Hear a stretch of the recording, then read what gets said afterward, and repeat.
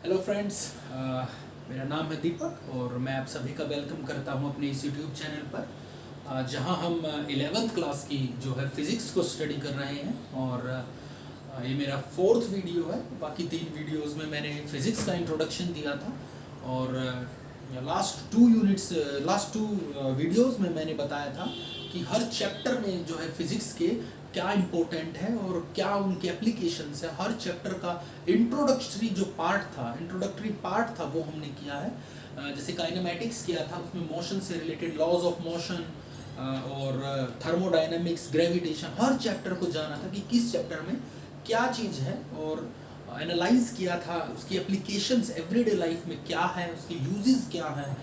तो वहाँ बहुत इम्पोर्टेंट है। आप अगर इस वीडियो को देख रहे हैं तो प्लीज़, आप, मेरी रिक्वेस्ट है, पिछली वीडियो को ज़रूर एक बार देखें। वहाँ से आपको क्रिस्टल क्लियर ये चीज़ पता चलेगी कि हम क्या पढ़ रहे हैं और हमें क्या पढ़ना है आगे।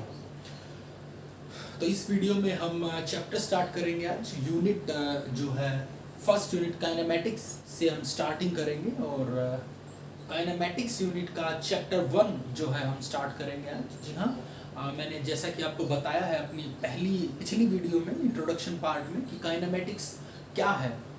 एक्चुअल में kinematics is the branch of physics which deals with the study of the position of the object.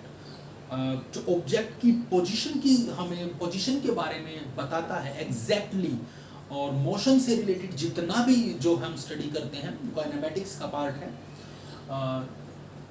यहाँ पर हम फोर्सेस की बात नहीं करते हैं। किसी ऑब्जेक्ट की जो हम ट्रेजेक्ट्री के बारे में पता करेंगे, मोशन, एक्सेलरेशन, वेलोसिटी, डिस्प्लेसमेंट से रिलेटेड, लेकिन किस फोर्स से जो है वो हो रहा है वो हम यहाँ नहीं पढ़ेंगे। एक्चुअल में वो दूसरा जो है फिजिक्स का पार्ट होता है। तो यहाँ पर हम केवल और केवल जो है ऑब्जेक्ट के मोशन और पोजीशन से रिलेटेड बात करेंगे। तो काइनेमैटिक्स मैंने बताया हमें ऑब्जेक्ट के मोशन से रिलेटेड जो है यहाँ पढ़ना है। तो यहाँ पर 2 टर्म बहुत इंपॉर्टेंट है, एक तो रेस्ट और दूसरा मोशन। रेस्ट कौन सी जो है स्टेट होती है और मोशन कौन सी स्टेट होती है, सभी को पता है। आप 9th क्लास में भी जो है यूनिफॉर्म मोशन में हमने ये जाना है। रेस्ट और मोशन एक बहुत छोटी सी टर्म है ये दोनों। रेस्ट कौन सी स्टेट होती है जहाँ जो ऑब्जेक्ट है वो अपनी पोजीशन चेंज ना करे with respect to the time and with respect to the surrounding, वो रेस्ट में होता है। और जो ऑब्जेक्ट अपनी पोजीशन को चेंज करता है with time with respect to the surrounding, वो मोशन होता है। इंट्रोडक्शन पार्ट में कवर किया था हमने रेस्ट और मोशन को। दोनों ही जो है एक दूसरे के रिलेटिव होते हैं, रिलेटिविस्टिक टर्म है दोनों। कोई भी चीज रेस्ट में, परमानेंट रेस्ट में नहीं होती और कोई भी चीज परमानेंट मोशन में नहीं होती। डिपेंड करता है फ्रेम ऑफ रेफरेंस पे कि किस फ्रेम ऑफ रेफरेंस से हम ऑब्जर्वर जो है ऑब्जेक्ट को ऑब्जर्व कर रहा है, उससे जो है रेस्ट और मोशन चेंज होते हैं किसी भी ऑब्जेक्ट के। जैसे अगर मान लीजिए आप किसी ट्रेन में बैठे हैं और सफ़र कर रहे हैं, तो जो आपके साइड पैसेंजर है वो उसके रेस्पेक्ट में आप जो है रेस्ट में हैं। बेशक से ट्रेन चल रही है लेकिन आप रेस्ट में हैं और वो भी रेस्ट में है with respect to each other. लेकिन अगर आपको कोई ऑब्जर्वर बाहर से जो है ट्रेन के बाहर से अगर देखता है तो उसके रेस्पेक्ट में, उसके फ्रेम ऑफ रेफरेंस में जो है आप मोशन में हैं। जैसे फॉर एग्जांपल अभी हम रेस्ट में हैं, मैं रेस्ट में हूँ, ये बोर्ड रेस्ट में है, ये बोर्ड मेरे रेस्पेक्ट से रेस्ट में है और इसके रेस्पेक्ट से मैं रेस्ट में हूँ। लेकिन अगर कोई हमें ऑब्जर्व कर रहा है अर्थ से बाहर, तो अर्थ जो है रोटेशन में है, तो उस ऑब्जर्वर को हम जो है मोशन में दिखेंगे दोनों। तो कोई भी चीज़ परमानेंट रेस्ट में नहीं है, मोशन में नहीं है। डिपेंड करता है फ्रेम ऑफ रेफरेंस पे। तो क्या है ये टर्म, ये हम जानेंगे। Frame of reference,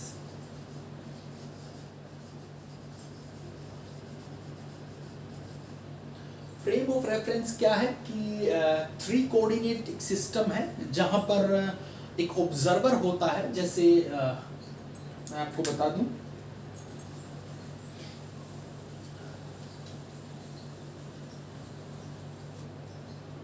it is a system of three coordinates and having an observer at this O point, and this is x axis, this is y axis, and this is z axis. Observer जो observe करता है किसी भी object को, object की position को जो analyse करता है और जो हमें स्टैटिक्स देता है एनालाइज करके, वो जो है किस कोऑर्डिनेट में जो ऑब्जेक्ट है हमारा लाई किस कोऑर्डिनेट में कर रहा है, वो ऑब्जर्वर हमें बताएगा, उसको फ्रेम ऑफ रेफरेंस बोलते हैं। ये टर्म जो है स्कूल्स में बहुत कम पढ़ाई जाती है टीचर के द्वारा, क्योंकि इतनी छोटी चीज़ों पे वो ध्यान नहीं देते हैं। और फ्रेम ऑफ रेफरेंस यही होता है कि एक थ्री कोऑर्डिनेट सिस्टम होता है, और जहाँ पर जो कोऑर्डिनेट्स जो हैं मिलते हैं वहाँ ऑब्जर्वर है, मान लीजिए स्टैंड ऑब्जर्वर है। किसी पॉइंट को, अगर किसी ऑब्जेक्ट को ऑब्जर्व करना है कि वो वाई एक्सिस, एक्स एक्सिस और जेड एक्सिस के रेस्पेक्ट में, तो ये ऑब्जर्वर जो है उसके पास एक क्लॉक है मान लीजिए, तो वो एग्जैक्ट टाइम में एग्जैक्ट पोजीशन को जो है हमें देगा अपने फ्रेम ऑफ रेफरेंस में। किसी दूसरे ऑब्जर्वर का फ्रेम ऑफ रेफरेंस कुछ दूसरा हो सकता है इस पर्टिकुलर ऑब्जेक्ट के लिए। यही फ्रेम ऑफ रेफरेंस होता है, अपना व्यू, अपना देखने का व्यू कि कौन किस कोऑर्डिनेट में देख रहा है, और ऑब्जेक्ट किस, मेरे लिए कोई ऑब्जेक्ट 1 जो है डायमेंशन में है, किसी के लिए 2 में हो सकता है, किसी के लिए 3 डायमेंशन में हो सकता है। यही फ्रेम ऑफ रेफरेंस है। ये फ्रेम ऑफ रेफरेंस है, कोई खास जो है टर्म नहीं है, इतनी क्रिटिकल नहीं है, केवल थ्योरेटिकल टर्म्स हैं। दो टाइप के फ्रेम ऑफ रेफरेंस होते हैं, इनर्शियल फ्रेम ऑफ रेफरेंस और non inertial frame of reference. Inertial frame of reference कौन सा होता है? जिसमें हम न्यूटन का फर्स्ट लॉ, जी हाँ, लॉज ऑफ मोशन में न्यूटन का फर्स्ट लॉ वहाँ जहाँ जो फॉलो करता है, ओबे करता है, वो इनर्शियल फ्रेम ऑफ रेफरेंस होता है। और जो non inertial frame of reference है, वहाँ न्यूटन का जो first law, law of inertia है, वो जो है ओबे नहीं होता है, वो non inertial frame of reference होता है। ये दोनों एक 1 मार्क के क्वेश्चन अगर आ सकते हैं एग्जाम में, इसलिए आप थोड़ा ध्यान रखें non inertial inertial frame of reference, क्योंकि स्कूल वगैरह में ज़्यादा खास चीज़ों पे ध्यान नहीं दिया जाता, और 1 मार्क 2 मार्क के क्वेश्चन बहुत ज़्यादा अब आएंगे एग्जाम्स में। So non inertial inertial frame of reference के बाद हम पढ़ते हैं कोऑर्डिनेट्स, डायमेंशंस।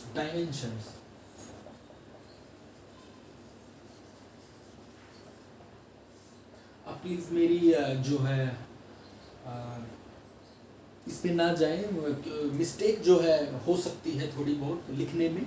तो डायमेंशंस हम पढ़ेंगे। Dimension 3 type of dimension, 1D, 2D और 3D।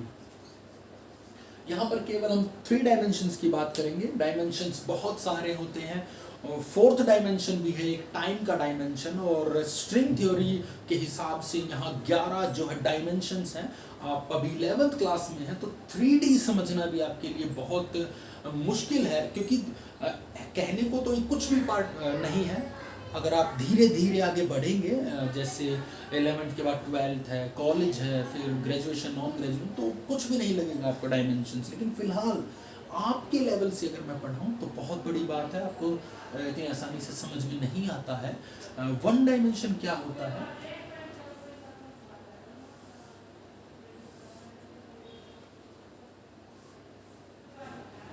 मान लीजिए एक्स एक्सिस है और एक ऑब्जेक्ट है जो यहाँ पर जो है लाई कर रहा है, ए ऑब्जेक्ट। तो ये एक्स केवल आगे फॉरवर्ड डायरेक्शन में ही मूव करेगा, फॉरवर्ड या बैकवर्ड में, तो वो एक्स एक्सिस पे मूव कर रहा है। हमें ये मैथ में हम जो स्टार्टिंग से पढ़ते हैं, एक्स एक्सिस और वाई एक्सिस। अगर कोई ऑब्जेक्ट केवल आगे और पीछे ही मूव कर सकता है, तो वो एक्स एक्सिस पे है, वो 1 डायमेंशन है, केवल एक ही डायमेंशन में मूव कर सकता है। वो जो है एग्जाम्पल 1 डायमेंशन के बहुत सारे एग्जाम्पल्स हैं, एनसीईआरटी में भी जो है एग्जाम्पल्स हैं, जैसे मूविंग ट्रेन, रेलवे ट्रैक जो है वो 1 डायमेंशन है, केवल स्ट्रेट ही वो मूव करता है हमेशा। 1 डायमेंशन जो है वो एग्जाम्पल है उसका। तो यहाँ पर 2 डायमेंशन की अगर बात करें, तो ऑब्जेक्ट, यहाँ जैसे कोई ऑब्जेक्ट है, तो यहाँ जो है ये जो ऑब्जेक्ट होगा यहाँ पर, ये ए ऑब्जेक्ट, इस ये जो ऑब्जेक्ट अगर हमें इसकी पोजीशन पता करनी है तो हम क्या करेंगे, हमें जो है हेल्प लेनी होगी दो डायमेंशंस की, एक्स की और वाई की। ये वाई और एक्स की, तभी एक्स वाई इसकी हमें एग्जैक्ट लोकेशन पता चलेगी इस ऑब्जेक्ट की। तो या ये 2 डायमेंशन होता है, इसके काफ़ी एग्जांपल्स हैं 2 डायमेंशन के भी। जैसे सबसे अच्छा एग्जांपल जो मैं आपको बताऊंगा वो है revolution of earth around the sun. ये बहुत इंपॉर्टेंट एग्जांपल है। हमें लगता है कि जो है स्पेस में जो है एक ऑब्जेक्ट है जैसे कि अर्थ, और वो मूव कर रही है तो वो 3 डायमेंशन हो सकता है, लेकिन एक्चुअल में वो 3 है नहीं, वो 2 डायमेंशन जो है ऑब्जेक्ट है। अर्थ 2 डायमेंशन है, बट वाई, कैसे है अर्थ 2 डायमेंशन ऑब्जेक्ट, ये मैं आपको बताता हूँ। मान लीजिए ये सन है और अर्थ, अगर अर्थ का जो ऑर्बिट है, अर्थ का जो ऑर्बिट है सन के चारों ओर, वो सर्कुलर ऑर्बिट नहीं है। ये सबसे बड़ी बात, अगर सर्कुलर ऑर्बिट होता तो अर्थ 2 डायमेंशन नहीं होती, 2 डायमेंशनल मोशन अर्थ का नहीं होता। अर्थ का जो ऑर्बिट है सन के चारों ओर वो इलिप्टिकल ऑर्बिट है, ये हम सब जानते हैं, हमने पढ़ा भी है। इलिप्टिकल ऑर्बिट में जो है अर्थ मूव करता है। मैं आपको दिखा देता हूँ। जैसे ये सन है और अर्थ जो है एक इलिप्टिकल जो है ऑर्बिट में मूव करती है, इलिप्टिकल ऑर्बिट में सॉरी रोटेट करती है। तो इलिप्टिकल से आप थोड़ा सा एनालाइज करिए, अगर ये इलिप्टिकल ऑर्बिट है तो यहाँ पर मान लिया हमें ये अर्थ है, इसकी पोजीशन पता करनी है कोऑर्डिनेट्स में, तो हमें क्या करना पड़ेगा कि यहाँ से लेके यहाँ तक का ये है, और हमें एक्स एक्सिस और वाई एक्सिस, हमें दोनों की हेल्प लेनी होगी। क्योंकि देखिए आप खुद से जो है ब्रेन में एक इमेज बनाने की कोशिश करिए, जैसे इलिप्टिकल मूव कर रही है तो वो पूरा एरिया, क्रॉस सेक्शनल एरिया हमें पता होना चाहिए उसका, तो ऐसे और ऐसे, क्लियर। ये 2 डायमेंशन जो है मूव का अर्थ जो है रिवॉल्व करती है सन के चारों, बहुत अच्छा एग्जांपल है 2 डायमेंशनल मोशन का, जहाँ पर 2 कोऑर्डिनेट आउट ऑफ 3 जो है ऑब्जेक्ट की पोजीशन जो है हमें बताते हैं, वो 2 डायमेंशनल जो है ऑब्जेक्ट होते हैं। अब जो है 3 डायमेंशन की हम बात करते हैं। 3D आपने मूवीज भी सुनी है, 3D मूवीज जो है आ चुकी है। तो क्या होता है एक्चुअल में वहाँ पर कि हमें, जैसे हम टीवी देखते हैं घरों में, ये 2 डायमेंशनल का एग्जांपल है। हम 2 डायमेंशनल जो है पिक्चर्स देखते हैं यहाँ नॉर्मल टीवी में, लेकिन 3D में जो है आपको एक अलग से जो है स्पेक्स की ज़रूरत पड़ती है, स्पेक्स टाइप, जैसे आपकी मैं भाषा में बताऊं तो क्या करता है कि अगर आप उसको ना लगाएं तो आपको 2D ही जो है पिक्चर दिखेगी, लेकिन उसको लगाने से आपको 3 डायमेंशनल, एक 3rd डायमेंशन जो है, एक फॉरवर्ड डायमेंशन जो है आपको फील होगा। जैसे कोई बुलेट अगर चलती है 3D में तो आपको एक्चुअल में लगेगा कि जैसे वो आपकी तरफ बढ़ रही है। एक जो 3rd जो डायमेंशन होता है, फॉरवर्ड डायमेंशन, वो एक और ऐड हो जाता है वहाँ पर। तो वो एक 3D जो है ऑब्जेक्ट का एक एग्जांपल है। जैसे ये एक्स एक्सिस है, ये जो है वाई एक्सिस है, और ये जेड, ये फॉरवर्ड वाला जो है एक्सिस है, फॉरवर्ड डायरेक्शन में है। तो ये अगर किसी ऑब्जेक्ट की हमें यहाँ पर पता करनी तो हमें एक्स वाई और जेड जो है कि कोऑर्डिनेट का पता होना चाहिए, तभी हम उसकी position with respect to time, ये जो बहुत जरूरी है, विद रिस्पेक्ट टू टाइम। यहाँ काइनेमेटिक्स में हर चीज में यहाँ टाइम को जो है साथ लेके चलेंगे, टाइम के जो हिसाब से ही पोजीशन जो है चेंज होती है ऑब्जेक्ट की। छोटी छोटी बातें जो मैं आपको बता रहा हूँ, विद रिस्पेक्ट टू टाइम जो है यहाँ पर हमें लिखना होगा, चेंज होती है पोजीशन।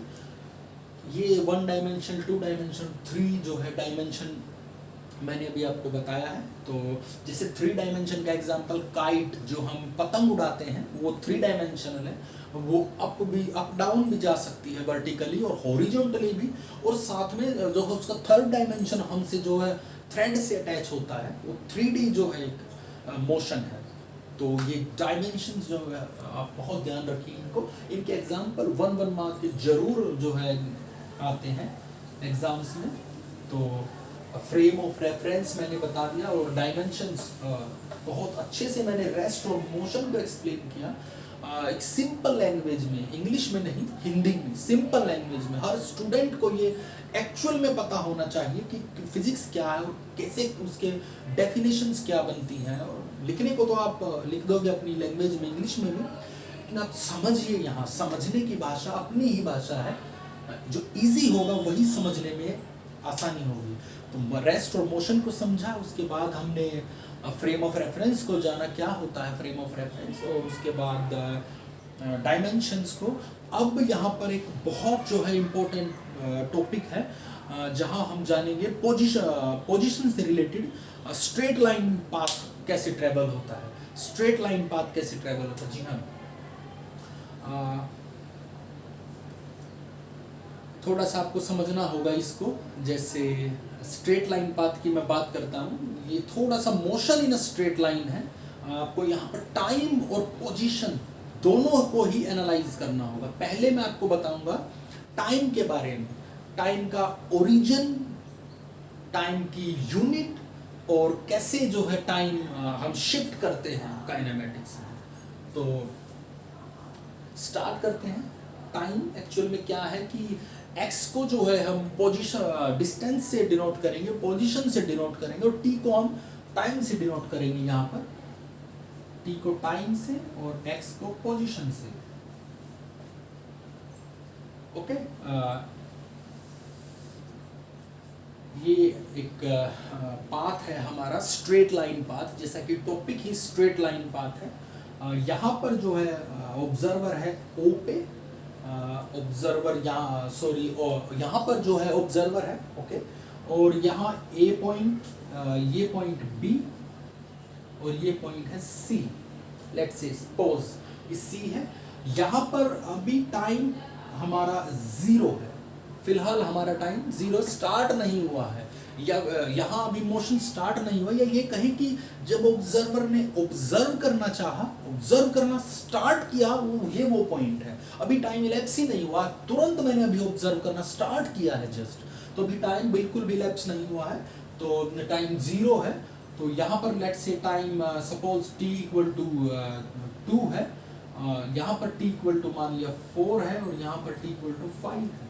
लेट्स से जब ऑब्जर्वर स्टेशन इनिशियल पॉइंट पे था, तो वहां पर टाइम जो है 9 AM था, 9 AM। उसके बाद यहाँ पर 0 से स्टार्ट हुआ था टाइम, तो यहाँ से यहाँ जाने में 2 आवर। हम यहाँ पर यूनिट जो है, सबसे बड़ी बात है जब आप मोशन को पढ़ते हैं तो आपको टाइम की यूनिट पता होनी चाहिए। यहाँ हम सेकंड्स में बात नहीं कर रहे हैं, हार्स में बात करेंगे। यहाँ पर अगर ऑब्जर्वर ने ऑब्जर्व करना स्टार्ट किया, टाइम 0 था, अब time t equal to 2 hour means 9 था यहाँ पर, तो यहाँ पर कितना हो गया होगा 11, यहाँ पर हुआ 11 AM। ओके, यहाँ पर T4 है, ध्यान से, बहुत ध्यान से, यहाँ पर T4 है।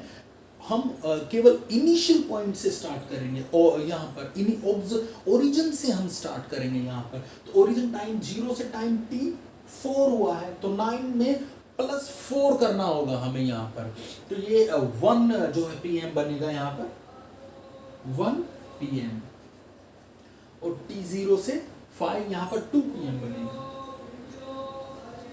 ये जो है एक छोटा सा यहाँ पर स्ट्रेट लाइन पाथ को मैं समझाने की कोशिश करूँगा। जो है ओरिजिन से लेट्स से सपोज डिस्टेंस है A तक का, हमारा जो है 20 किलोमीटर का डिस्टेंस है। ओरिजिन से लेकर B तक का मान लिया हमारा 40 है, और ओरिजिन से लेके C तक का मान लिया हमारा 60 है, किलोमीटर में 60 किलोमीटर। ओके, तो अब केवल आप इस चीज को ध्यान से देखिए, बिल्कुल आप पूरी जो है मोशन को समझ पाएंगे, यहाँ स्ट्रेट लाइन पाथ को। यहाँ पर ओरिजिन था, टाइम 9 AM था, 9 AM टाइम था, लेकिन जब ऑब्जर्व करना स्टार्ट किया ऑब्जर्वर ने, तब टाइम 0 था। जैसे कोई चीज़ है, जैसे सुबह के 9 बजे हुए हैं अभी, और मैंने तुरंत जो है किसी चीज़ को ऑब्जर्व किया ऐसे, वहाँ मेरा फिलहाल उसका टाइम 0, चाहे वो पीछे से चल के आया हो, लेकिन अभी मैंने ऑब्जर्व किया तब 0 था, तो ये 0 था।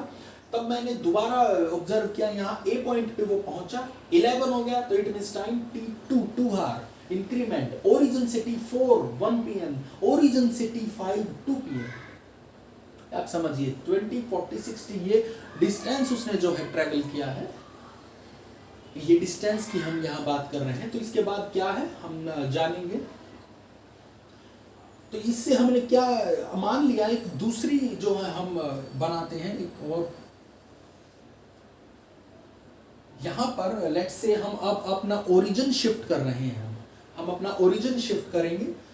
यहाँ पर मान लिया अब हमने बी पे ओरिजिन लिया है, हम मान लिया अब बी से ऑब्जर्व करना स्टार्ट कर रहे हैं। इस बार यहाँ पर t इक्वल टू 0, अब हमें यहाँ पर t 0 माना है बी पॉइंट पे, बहुत ध्यान से देखना है। t पे हमने अब 0 माना है, तो अगर हम इधर मूव करेंगे, यहाँ पर क्या था कि ओरिजिन से यहाँ पर 4 का गैप था, 4 हार्स का गैप था, 9 से 1। तो अगर मान लिया हम यहाँ पर 0 है टाइम, यहाँ पर जो है टाइम 9 है, हमने सॉरी 1 PM है, यहाँ पर टाइम 1 PM था, और मान लिया ऑब्जर्व यहाँ से स्टार्ट किया है हमने करना। तो अगर हम बैक में मूव करेंगे, तो यहाँ T2 का फर्क आएगा, तो 1 से 2 -11 हो जाएगा यहाँ पर। तो ए पर -11 AM।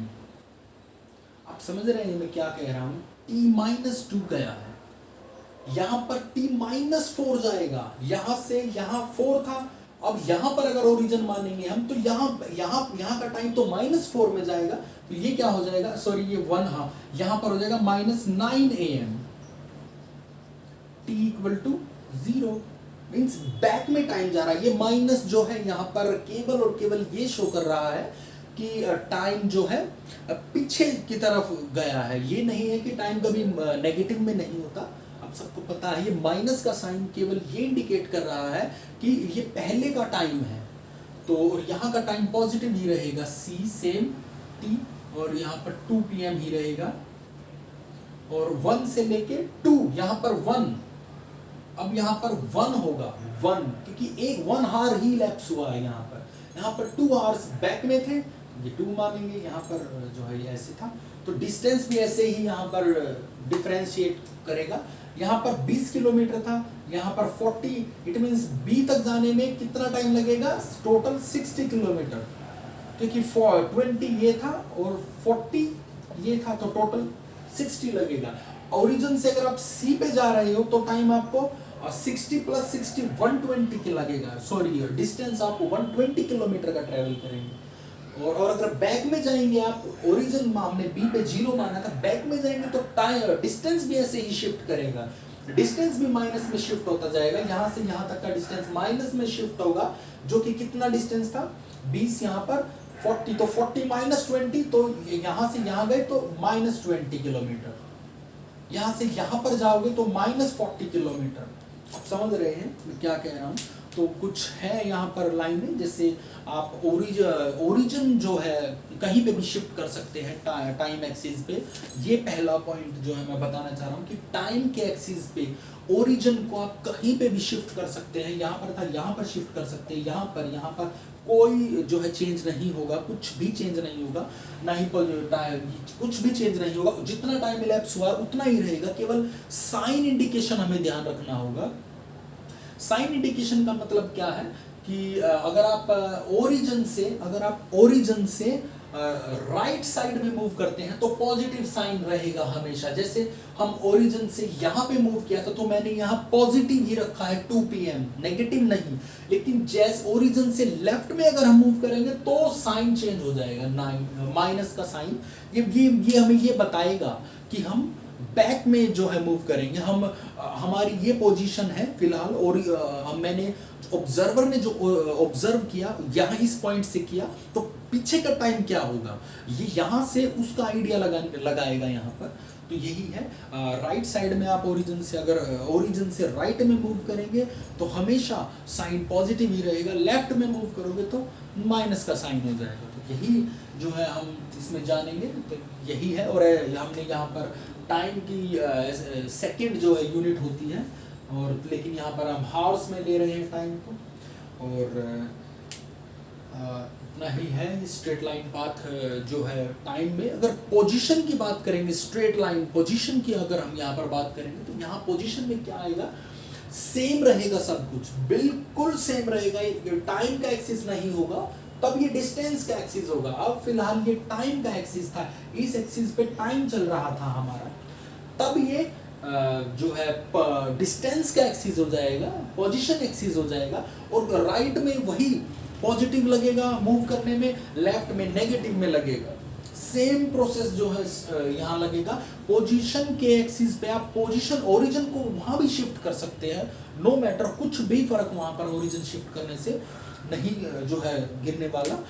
तो यही पोजीशन और टाइम का सारा फंडा है। इसके बाद छोटी छोटी सी कुछ टर्म्स हैं जो हम अभी मैं आपको बता देता हूँ। जैसे यहाँ पर हम बात करेंगे, अब जो हम जिन टर्म्स की हम बात करेंगे, बहुत वैल्यूएबल टर्म्स हैं, पूरी फिजिक्स में जो है वैल्यू रखती हैं ये टर्म्स, और 11th क्लास की कंप्लीट फिजिक्स इसको जो है यही कवर करती है। पहली जो टर्म है वो है स्पीड। स्पीड, जी हाँ, हम सुनते आते हैं, स्टार्टिंग से ही बाइक चलाते हैं, गाड़ियाँ चलाते हैं, स्पीड, बच्चों को गेमिंग का शौक है, स्पीड स्पीड। दूसरी टर्म क्या है यहाँ पर, वेलोसिटी। वेलोसिटी। तीसरी टर्म यहाँ पर हम क्या पढ़ेंगे, डिस्टेंस।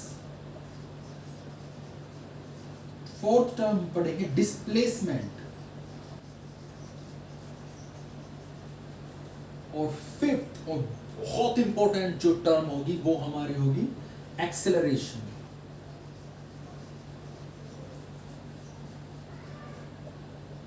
ये पांचों टर्म बहुत वैल्यू रखते हैं 11th क्लास में।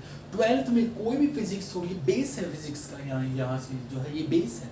स्पीड एक्चुअल में क्या होती है, मैं आपको कुछ बता दूं, इंट्रोडक्शन तो नहीं, अब तो पूरा ही बताना होगा, क्योंकि अब हम जो है अच्छे से पढ़ रहे हैं हर चीज़ को, और जान रहे हैं कि कैसे क्या चीज़ काम करती है, एक्चुअल में क्या है, उसके एग्जाम्पल्स, हर चीज़। तो स्पीड क्या होती है, नॉर्मल अगर बात करें तो स्पीड, हम डेली लाइफ में बाइक्स देखते हैं, रोड पे गाड़ियाँ ट्रैवल करती हैं, स्पीड है, उसको हम वेलोसिटी भी बोल देते हैं, एक्सेलरेशन भी बोल देते हैं। साइड में कोई गाड़ी ड्राइव कर रहा है, हम बोलेंगे एक्सेलरेट कर इस गाड़ी को, या स्पीड इंक्रीज कर भाई, वेलोसिटी बढ़ा। तो वैसे तो टर्म्स को इंटररिलेटेड चेंज कर देते हैं, but they are actually different terms. Speed क्या है, एक्चुअल फिजिक्स में स्पीड क्या है, हम स्पीड और वेलोसिटी को पहले कंपेयर करते हैं। स्पीड क्या होती है, distance travel, total distance travel upon time taken. Actually path, total path travel या डिस्टेंस एक ही बात है। Total distance travelled by an object with respect to the time, वो स्पीड होती है, कितने टाइम में कितना डिस्टेंस ट्रेवल किया है, हमें स्पीड का आइडिया हो जाएगा। हमें निकालना है कि भाई कितना डिस्टेंस ट्रेवल किया आपने, तो अगर हमें डिस्टेंस निकालना है तो सिंपल स्पीड इनटू टाइम हो जाएगा। कितनी आप जो है स्टैटिक्स जो है निकालिए इसके, कि आप कितनी स्पीड से आए हैं और कितने टाइम में कहाँ पहुँचे हैं, कितनी स्पीड से और कितने टाइम में मल्टीप्लाई कर दो, आपको पता चल जाएगा कि आपने कितना डिस्टेंस ट्रैवल किया। मींस इतनी स्पीड से आए हो और इतने टाइम में पहुंचे हो तो इतना डिस्टेंस ट्रैवल किया होगा। समझ रहे हैं आप मैं क्या कह रहा हूँ, हर चीज़ अच्छे से जो है यहाँ एक्सप्लेन हो रही है। डिस्टेंस और टाइम और स्पीड, ये मैटर जो है आप समझने की कोशिश कीजिए। फिर वेलोसिटी की अगर बात करें तो वेलोसिटी क्या है, displacement divide by time.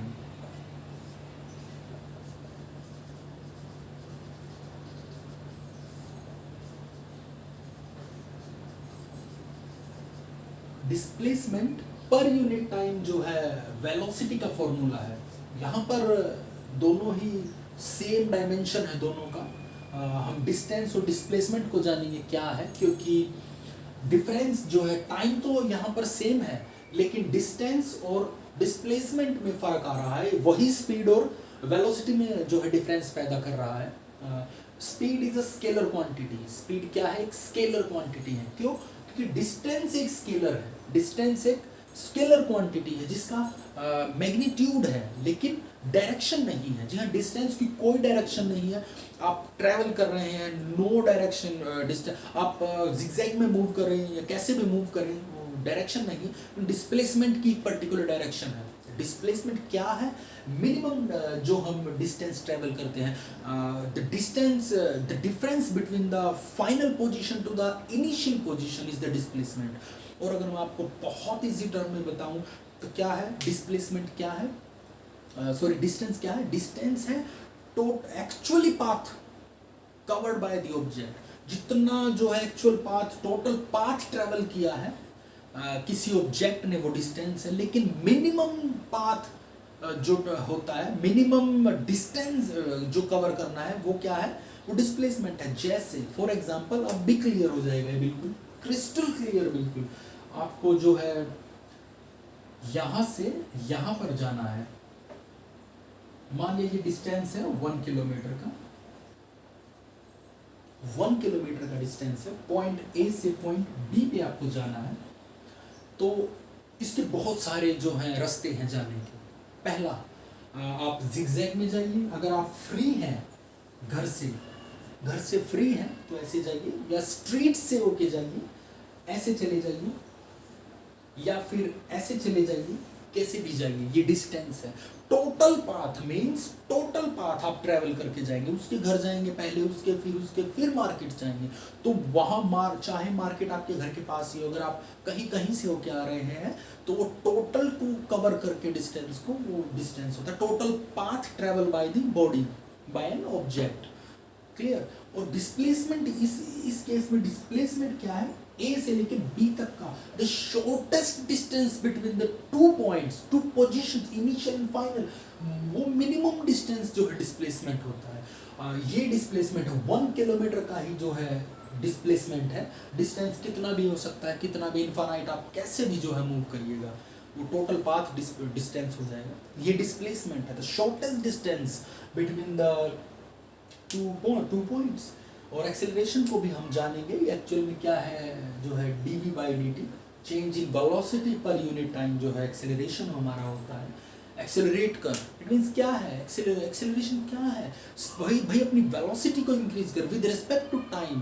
20 kilometre per hour है, फिर 30, 40, 60 आप बढ़ा रहे हैं वेलोसिटी को विद रिस्पेक्ट टू टाइम, उतना ही टाइम होना चाहिए। तो क्या होगा? वो एक्सेलरेट हो जाएगा। फास्ट मूव कराना, एक्सेलरेट करना पड़ेगा आपको अपनी गाड़ी को। तो स्पीड क्या है? यूनिफॉर्म स्पीड भी होती है और वेरिएबल स्पीड भी होती है। यूनिफॉर्म स्पीड क्या है? यूनिफॉर्म स्पीड क्या होती है? यूनिफॉर्म मींस जहां आपकी स्पीड कांस्टेंट हो, जहां आपकी स्पीड कांस्टेंट हो with respect to the time, वो क्या होता है? Uniform speed. जहां आपकी स्पीड कांस्टेंट होती है with respect to the time, वो यूनिफॉर्म होती है। वेरिएबल स्पीड क्या होती है? जहां आपकी जो है चेंज इन डिस्टेंस जो है टाइम के अकॉर्डिंग इक्वल ना हो, मींस जो है टाइम के इक्वल बिल्कुल भी नहीं होता है वहाँ पर। अगर आप वेरिएबल स्पीड हो जाती है, वो वेरिएबल स्पीड मींस आप ट्रैवल कर रहे हैं 20 किलोमीटर पर आवर और फिर आप 30 कर रहे हैं, उसके बाद 40 किलोमीटर पर आवर हो गई, फिर 60 किलोमीटर पर वेरी कर रही हैं। टाइम के अकॉर्डिंग आपकी जो है स्पीड वेरी कर रही है। ये क्या है? ये वेरिएबल स्पीड है। एक एवरेज स्पीड भी होती है। एवरेज स्पीड भी बहुत इंपॉर्टेंट है। एवरेज स्पीड क्या होती है कि मीन स्पीड होती है, वो एक जो है हर एक पर्टिकुलर हर ऑब्जेक्ट की एक मीन स्पीड जो होती है एवरेज, वहाँ पर हम प्लस कर देते हैं एवरेज निकाल के और डिवाइड बाय टोटल जो ऑब्जेक्ट्स की स्पीड है वो एवरेज होती है। तो स्पीड को हमने जाना। और इसके बाद इंस्टेंटेनियस स्पीड होती है, जो स्पीडोमीटर जो है हमें दिखाता है। स्पीडोमीटर बाइक का या स्कूटर का जो भी है गाड़ी का, वो हमें इंस्टेंटेनियस स्पीड दिखाता है। इंस्टेंटेनियस मींस किसी particular time, instant of time पे जो दिखाए, वो बहुत मिनिमम जो है स्पीड होती है पर्टिकुलर पॉइंट पे, तो वो इंस्टेंटेनियस स्पीड होती है। स्पीडोमीटर एक्चुअल में वही हमें दिखाता है। Speed can never be negative and zero, always in positive. But velocity may be negative, zero और पॉजिटिव। वेलोसिटी आपकी जीरो भी हो सकती है, पॉजिटिव भी हो सकती है और नेगेटिव भी हो सकती है, लेकिन स्पीड कभी भी जो है पॉजिटिव, आपने देखा है स्पीड अगर आप इंक्रीज करें, बेशक से आप एक पर्टिकुलर जगह पे हैं लेकिन फिर भी स्पीड आपकी पॉजिटिव में ही रहेगी। क्लियर? ये सारा स्पीड है। वेलोसिटी साथ साथ मैंने आपको बताया है change displacement divide by time, और डिस्टेंस और डिस्प्लेसमेंट में बहुत ज़्यादा डिफरेंसेस हैं, नियरली 5 और 6 डिफरेंस हैं जो पेपर में 2 या 3 नंबर के जरूर आते हैं। मैं वो भी आपको कराऊंगा, लेकिन वीडियो बड़ी हो रही है इसलिए कल मैं कराऊंगा आपको। डेप्थ में पढ़ाने में यही है कि 1-2 टॉपिक ही हो पाते हैं, इतने टॉपिक हम कवर ही नहीं कर पाते, लगातार पढ़ाने से भी नहीं हो रहा है। तो अब कुछ रहा है नहीं, जितना आज था उतना मैंने पढ़ाया है, लेकिन डिस्प्लेसमेंट और डिस्टेंस में और एक्सेलरेशन में नहीं करा पाए, वो मैं आपको कल कराऊंगा। अब आज के लिए बस इतना ही। आप सभी से जो है रिक्वेस्ट है कि आप ज़्यादा से ज़्यादा जो है वीडियो को शेयर करिए स्टूडेंट्स को 11th और 12th के, और लाइक करिए प्लीज़, सब्सक्राइब कीजिए चैनल को। आज के लिए इतना ही, थैंक यू।